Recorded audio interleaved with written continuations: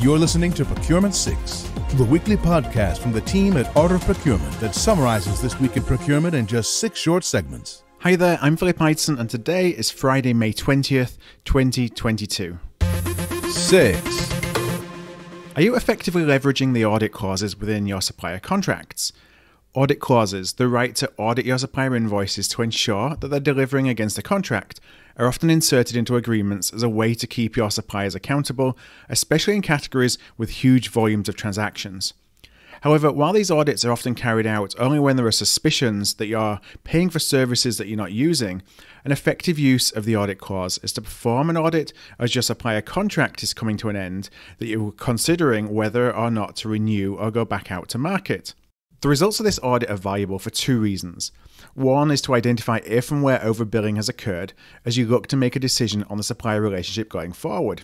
But second, and often overlooked, is to understand what is being bought that is not in the contract, so that when you go to market, you're going to do so for the items and services that your business uses, rather than the things that you think that they want. 5.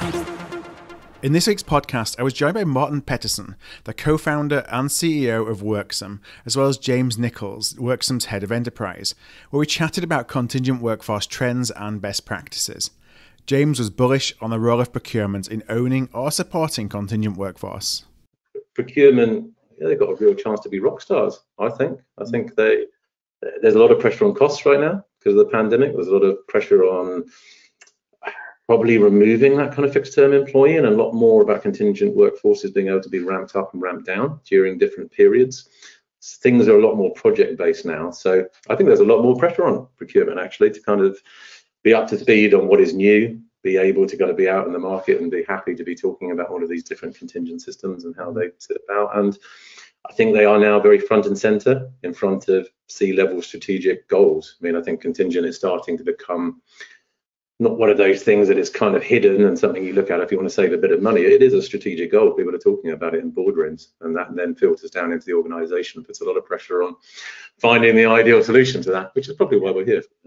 What was clear is that this is a category where the strategic value is not in lowering rate cards or hourly rates, but thinking more holistically about how talent is engaged across the business. You can hear our full conversation in the latest Art of Procurement podcast, wherever you choose to listen to podcasts. 4.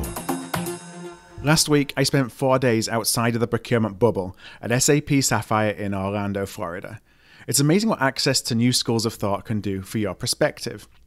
Now, today's procurement professionals are part of a much larger world than what we've interacted with in the past, and being aware of that context makes it clear when we are pulling in a different direction from the rest of the business. Each of us should definitely find opportunities to escape that bubble. And SAP is one of the largest enterprise software companies in the world, and it definitely showed at their event. The product offerings cover everything from customer experience to supply chain management, human experience management to ERP, and business networks to spend management. This range of offerings and expertise makes it abundantly clear that procurement is a cog in a much larger wheel. At our best, we can accelerate forward momentum, but at our worst, when our actions are not aligned with all those constituents around us, we can bring all momentum to a halt. In the past, we may have served as a roadblock without even realizing it, and attending SAP Sapphire provided me with a timely reminder that procurement is part of a much larger corporate ecosystem, and that our future role really depends on our ability to enable all of those constituents. This is Procurement 6 from Art of Procurement. To get notified every time an episode is published, go to artofprocurement.com/subscribe. 3. On Wednesday of this week, I had the pleasure of co-hosting the 2022 Supply Chain and Procurement Awards with Kelly Barner and our good friend Scott Luton of Supply Chain Now. Collectively, we placed philanthropy at the heart of this year's awards, selecting Hope for Justice as our beneficiary non-profit organisation. The problem of human slavery and trafficking is devastating and is a key concern of businesses and consumers around the globe. Fortunately, it's a problem that supply chain and procurement professionals are uniquely well positioned to address. By increasing the transparency and traceability of our suppliers and supply chains, we can work towards the eradication of this particularly heinous form of human suffering. We haven't yet tallied the donations made on the night, but by donating all award nomination fees and a percentage of sponsorship income, we went into the events with a minimum of $13,000 raised for Hope for Justice. And we presented 9 awards on the night. It was sponsored by Cooper, and the awards were chosen by a panel of highly experienced judges across a range of procurement and supply chain categories. In the procurement categories, we presented 2 awards. T-Mobile won our Reimagining the Power of Procurement Award, and Hicks were chosen to receive the Technology Trailblazer in Procurement Award. We'll be sharing full details of the winning submissions on Art of Procurement soon if you weren't in person at that event. But in the meantime, congratulations to T-Mobile and Hicks, and to all the wonderful nominees that we received. 2. Procurement got a name check this week in the UK's Queen's Speech.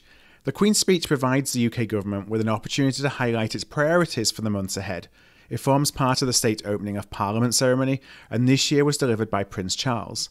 Now, Prince Charles told Parliament that public procurement rules will be simplified in the current year. The priorities: a single supplier registration portal to improve the supplier experience, bringing more flexibility into procurement event processes, and mechanisms to increase participation by, and ultimately the award of business to, smaller businesses. 1. Did you know that we regularly publish white papers and checklists covering a broad range of procurement topics?